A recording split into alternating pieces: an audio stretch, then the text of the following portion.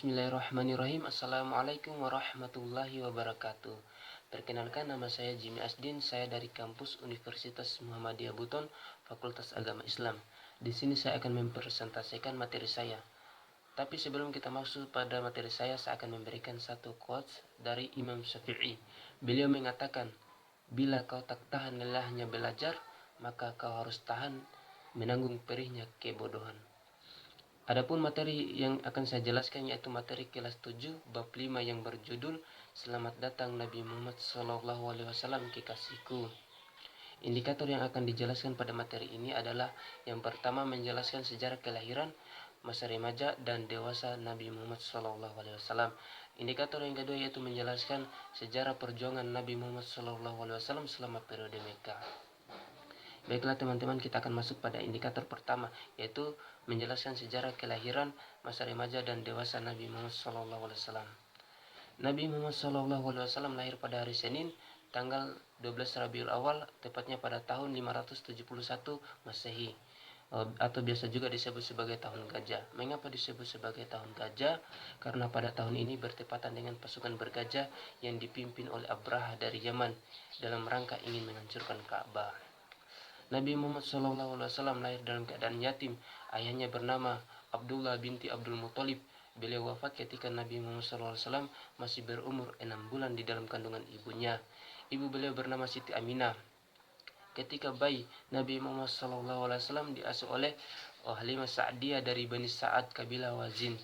Beliau dibesarkan di sana hingga beliau berumur 5 tahun. Ketika Nabi Muhammad SAW memasuki umur 6 tahun, ibundanya Siti Aminah wafat, dan kemudian beliau diasuh oleh kakeknya yang bernama Abdul Muthalib dan dibesarkan hingga umur 8 tahun. Kakeknya pun meninggal. Kemudian Nabi Muhammad SAW diasuh lagi oleh pamannya yang bernama Abu Thalib. Pada pamannya ini Nabi Muhammad SAW ketika berumur 12 tahun diajarkan cara berdagang atau berniaga, sehingga pada usia 25 tahun Nabi Muhammad SAW berniaga sendiri dan ia berhasil sukses dalam perniagaan tersebut.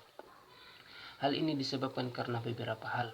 Yang pertama, Nabi Muhammad SAW memiliki pendirian yang teguh. Yang kedua, memiliki kejujuran yang luar biasa. Yang ketiga, memiliki semangat kerja yang tinggi. Yang keempat, menjunjung tinggi amanah. Yang kelima, sabar menghadapi cobaan. Ini sabar.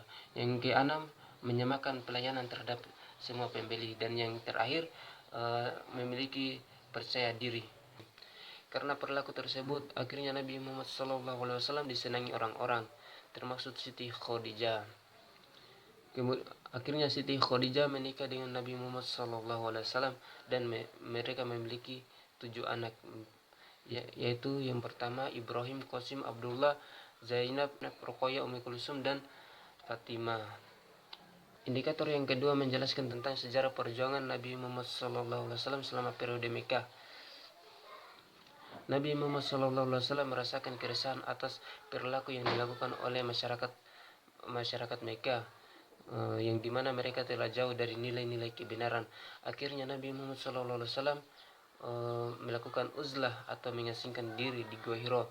Tepat pada tanggal 17 Ramadan tahun ke-40 kelahirannya, Nabi Muhammad SAW didatangi oleh malaikat Jibril alaihissalam dan menerima wahyu pertama. Wahyu pertama tersebut adalah Quran Surah Al-Alaq ayat 1-5. Kemudian Nabi Muhammad SAW terus menantikan wahyu berikutnya.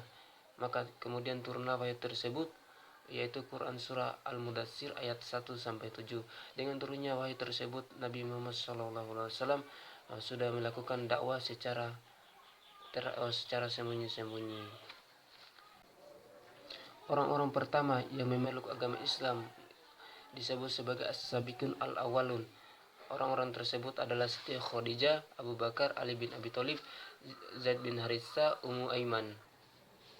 Berikutnya, berkat bantuan Siti Khadijah dan Abu Bakar, setiap harinya banyak yang memeluk Islam.